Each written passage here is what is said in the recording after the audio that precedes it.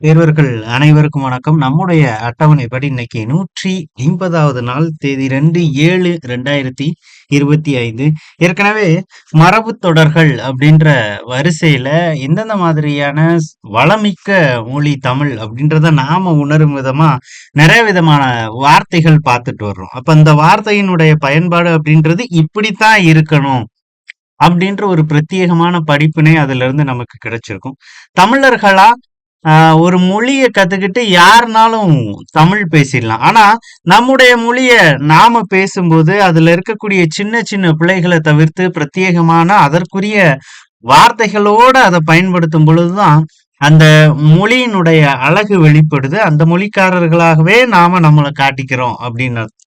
அப்ப அந்த வகையில நாம என்னதான் தமிழ் பேச தெரிந்திருந்தாலும், எழுத தெரிந்திருந்தாலும், இப்ப நாம அடுத்து பார்க்கக்கூடிய சில சொற்களை நாம அன்றாட வழக்கு மொழியில நிறைய நேரங்கள்ல பயன்படுத்துறதே இல்லை. ஆனா ஒரு குறிப்பிட்ட விலங்கையோ அல்லது ஒரு குறிப்பிட்ட பொருளையோ அல்லது ஒரு குறிப்பிட்ட செயலையோ ரொம்ப ஒரு ஒரு பெரிய வாக்கியமா விளக்காம ஒரு வார்த்தையிலே ஒருவருக்கு உணர்த்த வைக்கக்கூடிய அளவுக்கு அஹ், ஆற்றல் வாய்ந்த வார்த்தைகள் தமிழ்ல நிறைய இருக்கு அப்படின்னே சொல்லலாம். அப்போ ஒரு வார்த்தை தான், அதற்கு முழுமையா யோசிச்சு பார்த்தா அவ்வளவு பெரிய அர்த்தம் இருக்கும். சோ அந்த வகையில பாத்தீங்க அப்படின்னா, அடுத்து வரக்கூடிய இந்த பயிற்சி பகுதியில சில மரபு சொற்கள் நாம பார்க்க போறோம். அப்ப இந்த ஒரு விஷயத்துக்கு இந்த மாதிரியான வார்த்தைகள் தான் பயன்படுத்தப்படணும் அப்படின்ட்டு. அதற்குரிய காரணங்களை கொஞ்சம் பின்னோக்கி சிந்திச்சோம்னா நிறைய இருக்கும். சரிங்களா? அப்போ எந்தெந்த மாதிரியான வார்த்தைகள் இருக்கு, அந்த வார்த்தைகளை நாம நமக்கு கொஞ்சம் அறிமுகப்படுத்தும் விதமா இந்த பகுதி நமக்கு இருக்கு. அப்ப மத்த மொழியில இந்த மாதிரியான வார்த்தைகள்லாம் பயன்படுத்தப்படுதா அப்படின்னா, நிறைய விஷயங்களை குறிக்கக்கூடிய ஒரு பொதுவான வார்த்தைகள் தான் இருக்கு இல்லையா? ஆனா இப்ப பாத்தீங்க அப்படின்னா, இப்போ கொண்டு வந்திருக்கக்கூடிய கண்டுபிடிப்புகள் உட்பட அதற்கு பெயர் தமிழிலும் இணையாக கண்டுபிடிக்கப்பட்டு வருகிறது. அந்த வகையில தமிழ் அப்படின்றது நம்ம ஏற்கனவே படிக்கிற மாதிரி தன்னைத்தானே வளர்த்து கொள்ளும் தன்மையுடையது அப்படின்றத கடந்து அந்தந்த தலைமுறைக்கு ஏத்த மாதிரி தன்னை தகவமைத்துக் கொள்ளக்கூடிய திறனும் தமிழுக்கு உண்டு அப்படின்னே சொல்லலாம். சரிங்களா? இப்ப இந்த பயிற்சி பகுதியில என்ன சொல்லியிருக்கிறாங்க அப்படின்றத பார்த்துடலாம். முதல்ல நாம பார்க்கக்கூடியது என்னது? பறவை விலங்குகளினுடைய இளமை பெயர்கள். புத்தகங்கள்ல நாம இதுல ஒரு சில வார்த்தைகளை நாம படிச்சிருப்போம். என்ன மாதிரியான வார்த்தைகள் பயன்படுத்தி இருக்கிறாங்க அப்படின்றத அறிமுகப்படுத்திக்கலாம். குருவியினுடைய இளமையை என்ன சொல்லுவாங்க? இத குஞ்சு, குருவி குஞ்சு, குரங்கு குட்டி, கோழி குஞ்சு, பசுங்கன்று, மான் கன்று, ஆட்டுக்குட்டி, குதிரைக்குட்டி, புலி பறல் அப்படின்னு வார்த்தை பயன்படுத்துவாங்க. அப்ப அந்த மாதிரியான கொஞ்சம் வேறுபட்டு இருக்கக்கூடிய வார்த்தைகள் தான் நமக்கு கேள்வியா வரும். சிங்கக்குருளை, எலிக்குட்டி, கிளிக்குஞ்சு, கீரிப்பிள்ளை, பன்றிக்குட்டி, யானைக்கன்று, கழுதைக்குட்டி, நாய்க்குட்டி, பூனைக்குட்டி, எருமைக்கன்று. இதுல அடிக்கடி கேள்வியா நம்ம பாக்குறது யானை, சிங்கம், புலி பார்ப்போம். கீரிப்பிள்ளை, அணிற்பிள்ளை அதெல்லாமே நமக்கு கேள்விகளா நிறைய நேரங்கள்ல வரும். அப்போ இது சார்ந்து சில பொதுவான கேள்விகளும் இருக்கும். அப்ப இந்த பகுதியில கொஞ்சம் நாம அதை நோக்கின ஒரு சிந்தனை இருக்கணும். கீரி அப்படின்னு சொல்லாம கீரி புள்ள அப்படின்னு வழக்கு மொழியில நம்ம பயன்படுத்திக்கிட்டு இருக்கிறோம் இல்லையா? ஏன் அப்படின்றதுக்கு உண்டான பதில் இதுதான். கடந்து பாருங்க. பிஞ்சு வகை பெயர்கள்: பலா பிஞ்சு, வாழை பிஞ்சு, முருங்கை பிஞ்சு, அவரை பிஞ்சு, மாம்பிஞ்சு, இளம் தேங்காய், முற்றிய தேங்காய், முற்றாத தேங்காய், தென்னை, பனை முதலியவற்றினுடைய இளம் பிஞ்சு, சிறு குறும்பை. இந்த மாதிரியான வார்த்தைகள்லாம் நம்ம கொடுத்திருக்கிறாங்க. அப்ப அதற்குரிய உண்மையான திருத்தமான பெயர்கள் அப்படின்னா மூசு அப்படின்னு மட்டும் நம்ம பயன்படுத்தியிருப்போம். இப்ப வழக்கு மொழியில பலா மூசு அப்படின்னு சொல்லுவாங்க. வாழை கச்சல் அப்படின்ற வார்த்தை. முருங்கைக்கு சரடு அப்படின்னு சொல்றாங்க. அவரை பொட்டு, மா வடு, இளந்தேங்காய வழுக்கை அப்படின்னு, முற்றிய தேங்காய நெற்று அப்படின்னு சொல்றாங்க. முற்றாத தேங்காய் தான் என்னது? இளநீர். தென்னை, பனை முதலியவற்றினுடைய இளம்பிஞ்சு தென்னங்குறும்பை அப்படின்னு நாம பயன்படுத்துவோம் வழக்கு மொழியில. சிறு குறும்பை என்ன சொல்றாங்க? முற்று குறும்பை அப்படின்னு அடையாளப்படுத்துறாங்க. இளநல்ல கற்கள்னும், இளம்பாக்க நுழாய் அப்படின்னும், எள் பிஞ்ச கவ்வை அப்படின்னு சொல்றாங்க. இது நமக்கு செய்யுள் பகுதியிலே இடம்பெற்றிருக்கும் இல்லையா? இளம்பாக்கு நுழாய் அப்படின்றது. காய்களினுடைய இளம் பெயர்கள் அப்படின்னு அவரை பிஞ்சு, வெள்ளரி பிஞ்சு, கத்தரி பிஞ்சு, வாழை கருத்து. தாவரத்தினுடைய உறுப்பு பெயர்களை இணைத்து நமக்கு கொடுத்திருக்கிறாங்க. வேப்பந்தழை, ஆவரங்குலை, நெற்றாள், தாழை, மடல், முருங்கைக்கீரை, தென்னங்கீற்று, பனையோலை, கமுகு கூந்தல். கமுகுனா என்னது? பாக்குதான். கேழ்வரகு தட்டை, மூங்கில் இலை, வாழைத்தண்டு, வாழை இலை, கம்பத்தட்டு, சோளத்தட்டு, ஈச்ச ஓலை, திணைத்தாள், தென்னை ஓலை, கீரைத்தண்டு, மாவிலை, பலா இலை. அப்ப இதெல்லாமே படிக்கும்போது பாத்தீங்க அப்படின்னா கொஞ்சம் வேகமா அதை வாசிச்சு பழகிடணும். ஏன்னா வழக்க மொழியில எப்படி பயன்படுத்துறோம் அப்படின்ற புரிதல் நமக்கு அப்பதான் வரும். நெற்றால் அப்படின்னு அது காரண காரியம் இல்லாம அந்த வார்த்தையை நம்ம பயன்படுத்திட்டு இருப்போம் இல்லையா? அப்ப அந்த வார்த்தை நமக்கு நினைவுல இருந்தாலே போதும், இந்த மாதிரியான கேள்விகளுக்கு பதில் கொடுத்துடலாம். நாற்று அப்படின்றது இதனுடைய இளம்பயிர் பெயர்களா இருக்கு. நெல், கத்தரி முதலியவற்றினுடைய இளநிலை. கன்று அப்படின்னா மாங்கன்று, புளியங்கன்று, வாழைக்கண்ணு அப்படின்னு சொல்லுவோம் இல்லையா? குருத்து வாழையினுடைய இளநிலை. பிள்ளை அப்படின்னா தென்னம்பிள்ளை அப்படின்னு சொல்லுவோம். தென்னையினுடைய இளநிலை. குட்டி அப்படின்றது விழாவினுடைய இளநிலை. மடலி அல்லது வடலி அப்படின்னா பனை. பைங்கூழ் அப்படின்றது என்னது? நெல், சோளம் முதலியவற்றினுடைய பசும் பயிர். அதாவது பைங்கூழ் வளர்ந்தது அப்படின்றத ஆகு பெயர்ல எதற்காக அடையாளப்படுத்துவோம்? காரிய வாகு பெயருக்கு அடையாளப்படுத்துவோம். அது கடந்து விழாவினுடைய இளநிலை குட்டி அப்படின்றது கொஞ்சம் தெளிவுபட பார்த்து வச்சுக்கணும். ஒளி மரபு. ஒரு மிருகங்களும் சரி, விலங்குகளும் சரி, பறவைகளும் சரி, அவங்க எழுப்பக்கூடிய ஒலிகளை வகைப்படுத்தி இருக்கிறாங்க. சப்தத்தின் அடிப்படையில, அதாவது சவுண்ட் அடிப்படையில நமக்கு வகைப்படுத்த முடிஞ்சாலும் எழுத்து மொழியில அதற்கு ஒரு பெயரும் கொடுத்திருக்கிறாங்க. கழுதை கத்தும், புலி உருமும், குதிரை கணைக்கும், சிங்கம் முழங்கும், தேவாங்கு அழும், நரி ஊளையிடும், நாய் குரைக்கும், பசு கதரும், ஆடு கத்தும், பூனை சீரும், தவளை கத்தும், யானை பிளிரும், எருது எக்காலமிடும், பன்றி உருமும், எலி கீச்சிடும், அணில் கீச்சிடும், பாம்பு சீரும், குரங்கு அளப்பும் அப்படின்றது. அப்ப இதுல நமக்கு நிறைய நேரங்கள்ல கேள்வியா வந்திருக்கிறது என்னது? பசு நமக்கு கேள்வியா வரும். எருது எக்காலமிடும், சிங்கம் முழங்கும் அப்படின்றத நம்ம கேள்வியா பார்த்திருப்போம். குரங்கு அளப்பும் அப்படின்றது நம்ம கேள்வியா பார்த்திருப்போம். சரிங்களா? ரிப்பீட்டிவா பாத்தீங்கன்னா இந்த மாதிரியான விஷயங்கள் தான் நமக்கு அடிப்படையா கேள்வியா வந்துட்டு இருக்கு. பறவைகள் அப்படின்னு பார்த்தோம்னா புறா குணுகும், வானம்பாடி பாடும், சேவல் கூவும், குயில் கூவும், கூகை குளரும், மயில் அகவும், கோழி கொக்கரிக்கும், குருவி கீச்சிடும், கிளி பேசும், வாத்து கத்தும், வண்டு முரளும், காகம் கரையும், ஆந்தை அலரும், தேனி என்ன பண்ணும்? ரீங்காரமிடும். வண்டுகள் அப்படின்னு நாம இலக்கியங்கள்லையும் சரி, மற்ற புத்தகங்கள்லையும் சரி அடையாளப்படுத்தி படிச்சிருப்போம். பள்ளி என்ன பண்ணுமா? சொல்லும் அப்படின்னு சொல்றாங்க. அதே மாதிரி நம்ம செய்யக்கூடிய செயல்களை வினை மரபு அப்படின்ற அடிப்படையில நமக்கு அடையாளப்படுத்தியிருப்பாங்க. எடுத்துக்காட்டுகள் நமக்கு நிறைய இருக்கு. ரொம்ப அழகான ஒரு விஷயம் சொல்லணும்னா, பால் பருகு அப்படின்னு கொடுத்திருப்பாங்க, மது அருந்து அப்படின்னு கொடுத்திருப்பாங்க. ரெண்டுமே குடிக்கிறது தானே அப்படின்னா, அருந்து அப்படின்றது என்னது? குறைவு அப்படின்ற அர்த்தத்துல அந்த இடத்துக்கு நமக்கு போகுது. சரிங்களா? அப்போ நிறைய விஷயங்கள் நாம செய்யக்கூடிய செயல்கள் அப்படின்றது ஒரு விஷயத்த அதிகமா பண்ணணுமா, இல்லைன்னா அதிகமா நாம எடுத்துக்கணுமா, அதுக்கேத்த மாதிரியான வினை மரபு சொற்கள் பயன்படுத்தப்பட்டுச்சு. அப்பம் தின், வெற்றிலை தின், மாலை தொடு. அந்த தொடு அப்படின்றது பாத்தீங்க அப்படின்னா, மாலை தொடுக்கணும் அப்படின்றது, அந்த தொடு அப்படின்ற வார்த்தை ஒரு மென்மைத்தன்மையை வெளிப்படுத்துவதா இருந்துச்சு இல்லையா?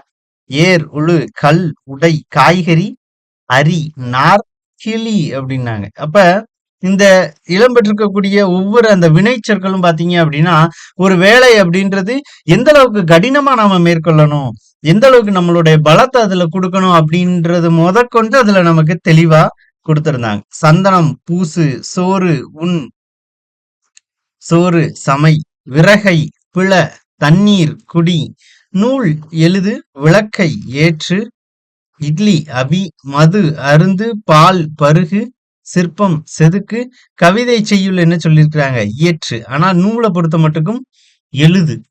திரியை கொளுத்து, நீர் பாய்ச்சு, கோலம் இடு, தீ மூட்டு, குடம் வனை அல்லது பானை வனை, சங்கை முழங்கு, மலை ஏறு, சுவர் எழுப்பு. அப்ப இந்த மாதிரி வினை அடிப்படையிலையும் நமக்கு வேறுபாடு நிறைய கொடுத்திருக்கிறாங்க. அந்த வினை சொல்லே போதுமானது. அந்த செயலை எவ்வாறு செய்யணும், எவ்வளவு வேகமா செய்யணும், எவ்வளவு அழுத்தம் கொடுத்து செய்யணும், அந்த இடத்துல எவ்வளவு என்னுடைய பலத்தை நான் பயன்படுத்தணும் இப்படின்ற எல்லா விஷயங்களும் அந்த வினைச்சொற்கள்ல இருக்கு. அதான் அந்த மொழியினுடைய அழகு அப்படின்னு நமக்கு அறியப்படுது. சோ அத வாசிச்சிருங்க. மரபு தொடரினுடைய பொருள் ஒரு சில சொற்கள் இருக்கு இடியம் வேர்டு மாதிரி சரியா, இல்லைன்னா ஒரு எடுத்துக்காட்டா இருக்கும், இல்லைன்னா ஒரு விஷயத்த வச்சு அதனுடைய நேரடி அர்த்தம் இல்லாம அப்படியே அதற்கு இன்னொரு அர்த்தம் கொடுக்கக்கூடியது நம்ம வழக்கு மொழியில இருக்கிறது தான். அப்ப இந்த பக்கத்தை படிக்காமலே அடையாளப்படுத்திடலாம். ஆர் அமர பண்ணுன்னா என்னது? மெதுவாக. ஆணி அடித்தார் போலன்னா ஆழமாக, பலமாக. அகலக்கால் வைக்காதமாங்க. தகுதிக்கு மிகுதியாக, இல்லைன்னா அங்க ஒரு காலு இங்க ஒரு காலு. வழி வழியானா பரம்பரை பரம்பரையா. கண் துடைப்புன்னா என்ன அர்த்தம்? நேரடி அர்த்தம்னு பார்த்தா கண்ணை துடைக்கிறது அந்த மாதிரி வரும் இல்லையா? ஆனா இதுல என்ன கொடுக்குறாங்க? ஏமாற்றும் விதமாக. ஆழம் பார்த்தல் அப்படின்னா என்ன? ஒருத்தனுடைய மனநிலையை அறிதல், இல்லைன்னா அந்த சூழலை அறிதல். ஆழம் பார்த்து காலை விடாது, காலை விடு அப்படின்னு சொல்லுவாங்க. ஆறப்போடு அப்படின்னா என்னது? கொஞ்சம் பொறுமையா இரு, கொஞ்சம் பொறுத்து பார்ப்போம் அது என்னன்னு. ஒரு கை பாக்குறது அப்படின்னா என்னது? மோதிதான் பார்ப்போமே, என்னதான் நடக்குது அப்படின்னு பாத்துருவோமே அப்படின்ற மாதிரியான அர்த்தத்துல நமக்கு வருது. அப்போ இந்த மாதிரி நிறைய சொற்கள் நம்ம வழக்கு மொழியில பயன்படுத்தக்கூடிய சொற்கள் நமக்கு இந்த இடத்துல கொடுத்திருக்கிறாங்க பாருங்க. கயிறு திரித்தல். கயிறு திரிக்கிறதுன்னா என்னது? அந்த தொழிலையோ அந்த செயலையோ குறிக்கல. பொய் சொல்றான். பொய் சொல்லி பரப்புதல். நம்ம இப்ப வழக்கு மொழியில கம்பி கட்டுற கதையெல்லாம் அப்படின்னு சொல்லுவோம்ல. அப்ப அதெல்லாமே என்னது? பொய் சொல்றது. கடகட்டுதல். செயலை நிறுத்துதல். குட்டு வெளிப்படல் அப்படின்னா என்னது? உண்மை வெளிவருதல். அப்ப அந்த மாதிரி நாம வழக்கு மொழியில பயன்படுத்தக்கூடிய சொற்கள் அந்த இடத்துல அடையாளப்படுத்தி இருக்கிறாங்க. அது எல்லாத்தையுமே வாசிச்சிருங்க. முக்கியமானது இந்த தொகை சொற்கள். அப்ப இந்த இடத்துல நமக்கு என்ன சொல்றாங்க? செடி கொடி கூட்டமா இருக்கிறாங்க அப்படின்னா அவங்க என்ன பேர் சொல்லி அழைக்கப்படுறாங்க அப்படின்னு. இன்னமும் நிறைய இடத்துல அடையாளப்படுத்தி பாத்தீங்கன்னா சில ஊரினுடைய பெயர்கள் இந்த பெயர்ல இருக்கு இல்லையா? அப்ப அந்த ஊருக்கு போய் பார்த்தோம்னா அந்த குறிப்பிட்ட மரங்கள் கொஞ்சம் அதிகமா காணப்படும். அது காரணத்தினால அந்த பெயர் பெற்றிருக்கலாம். அப்ப கூட்டமாக ஒரு இடத்துல மரங்கள் இருக்குது, ஒரே விதமான மரங்கள் இருக்குது. அதைத்தான் என்ன சொல்லியிருக்கிறாங்க? தொகுப்பு அப்படின்னு சொல்லியிருக்கிறாங்க. அதான் இந்த பெயர் சொல்லிதான் அழைக்கணும் அப்படின்ற ஒரு வரையறை இருக்கு. ஆலங்காடு, பனந்தோப்பு, மாந்தோப்பு, தென்னந்தோப்பு, சவுக்குத்தோப்பு, புளியந்தோப்பு, பூந்தோட்டம், வேளங்காடு, நெல் வயல், கரும்பு தோட்டம், முட்புதர், வாழை தோட்டம், இலுப்பை தோட்டம். சோளத்துக்கும் கம்பத்துக்கும் என்ன சொல்றாங்க? கொள்ளை, கொய்யா தோப்பு. அப்ப இந்த மாதிரி வார்த்தைகள் மாறுபாடு நாம வாசிச்சாலே புரிஞ்சிடும். இது மனப்பாடம் பண்ண வேண்டிய அவசியமே கிடையாது. அதே மாதிரி பொருட்கள் அல்லது விலங்குகளை என்ன சொல்றாங்க? ஆட்டு மந்தை, உடுக்கணம், கற்குவியல், சாவி கொத்து, சுள்ளிக்கத்த, யானை கூட்டம், வைக்கப்போரு, பழக்குலை, நூல் பந்து, முத்துக்குவியல், புகையிலை சிப்பம், மக்கள் திரள், புத்தக அடுப்பு, கள்வர் கூட்டம்.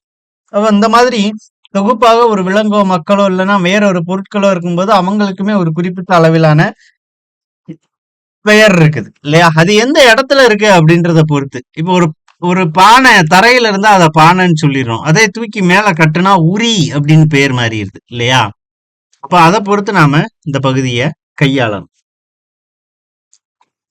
விலங்குகள் மற்றும் பறவைகளினுடைய இருப்பிடம் அப்படின்னு நாம படிக்கிறோம். கோழி பண்ணை, மாட்டு தொழுவம், யானை கூடம், ஆட்டுப்பட்டி, குதிரை கொட்டில், கோழி கூண்டு, குருவி கூடு, கரையான் புற்று, வாத்துப்பண்ணை, எலி வலை, சிலந்தி வலை, நண்டு வலை. நிறைய பழமொழியில கூட நாம படிச்சிருக்கிறோம் இல்லையா? எலி வலையானாலும் தனி வலை சிறந்தது அப்படின்ட்டு. இப்ப இந்த தாவரங்களினுடைய அந்த அடிவகை 10ஆம் வகுப்பு முதல் பாடத்துல நமக்கு சொல்லியிருப்பாங்க எந்தெந்த தாவரங்களினுடைய அடிவகை எவ்வாறு அழைக்கப்படுகிறது அப்படின்னு. அதே மாதிரிதான் இதுவும் கிளை பிரிவுகள் அப்படின்றது அங்க வகைப்படுத்தப்பட்டிருக்கும். காய்ந்த அடி, அதாவது ஒரு விறகு காஞ்சு போச்சு அப்படின்னா இல்லைன்னா ஈரப்பதமா இருக்கக்கூடிய இடத்துல இருந்து அவங்களுடைய கடைநிலை வரைக்கும் இருக்கக்கூடிய பெயர்கள். அதே மாதிரி இலை மற்றும் கொழுந்து வகை பெயர்கள் இந்த இடத்துல நமக்கு அடையாளப்படுத்தி இருக்கிறாங்க. இது எல்லாமே என்னது? தொகை சொற்களுக்கு கீழே வரும். இத்தனை வகையான சொற்கள் இருக்குது அப்படின்றதுக்கு உண்டான ஒரு அடையாளம் தான். பூவின் நிலை நாம படிச்சிருக்கிறோம் இல்லையா? ஒரு படம் போட்டு நம்ம கொடுத்திருப்பாங்க. அரும்பு, போது, மலர், வி, செம்மல் அப்படின்னு இந்த இடத்துல அடையாளப்படுத்திருப்பாங்க. இன்னொரு இடத்துல பூவின் 7 நிலைகள் அப்படின்னு படிச்சிருக்கோம். ரெண்டையுமே நாம படிச்சு வச்சுக்கணும். அதே மாதிரிதான் குலை வகை நமக்கு சொல்லி இருக்கிறாங்க. சோ அதுல அந்த பாடத்துல வராத ஒண்ணுன்னா பல தோல் வகை. இந்த தோல் அப்படின்றது இந்த பெயரை பொறுத்து அதனுடைய மென்மைத்தன்மையை நமக்கு சொல்லுது. தொலி அப்படின்னா என்னது? ரொம்ப மெல்லியது. தோல் அப்படின்னா திண்ணமானது. துவாடு அப்படின்னா கொஞ்சம் வன்மையானது. ஓடு அப்படின்னா ரொம்ப ஹார்டா இருக்கக்கூடியது. குடுக்கை அப்படின்னா சுரையின் ஓடு, சுரை குடுக்கை.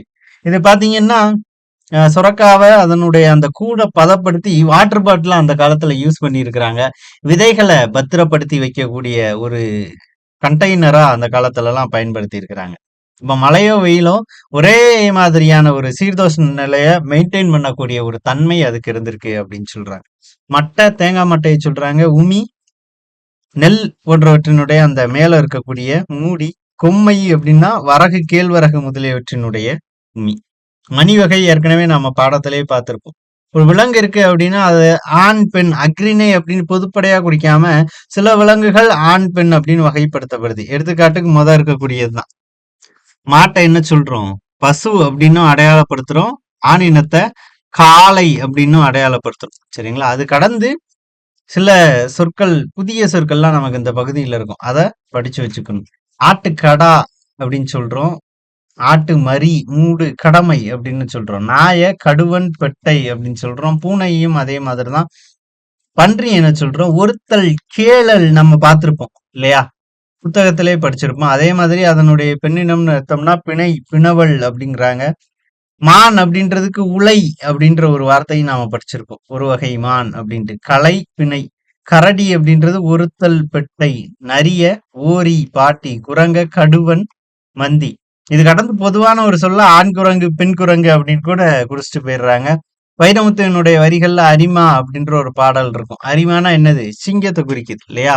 யானையினுடைய ஆண்பால் களிறு, பெண்பால பிடி அப்படின்னு அழைக்கிறாங்க பெண் யானைய. அப்ப இந்த மாதிரி நமக்கு வகைப்பாடுகள் கொடுத்திருக்கிறாங்க. இது எல்லாமே பாத்தீங்க அப்படின்னா ரொம்ப அடிப்படையான ஒரு பகுதி. மனப்பாடம் பண்றதுக்கு இந்த பகுதியில எதுவுமே கிடையாது. சரியா? தெளிவுபட கொஞ்சம் நிதானமா யோசிச்சிடணும். யோசிச்சு வாசிங்க.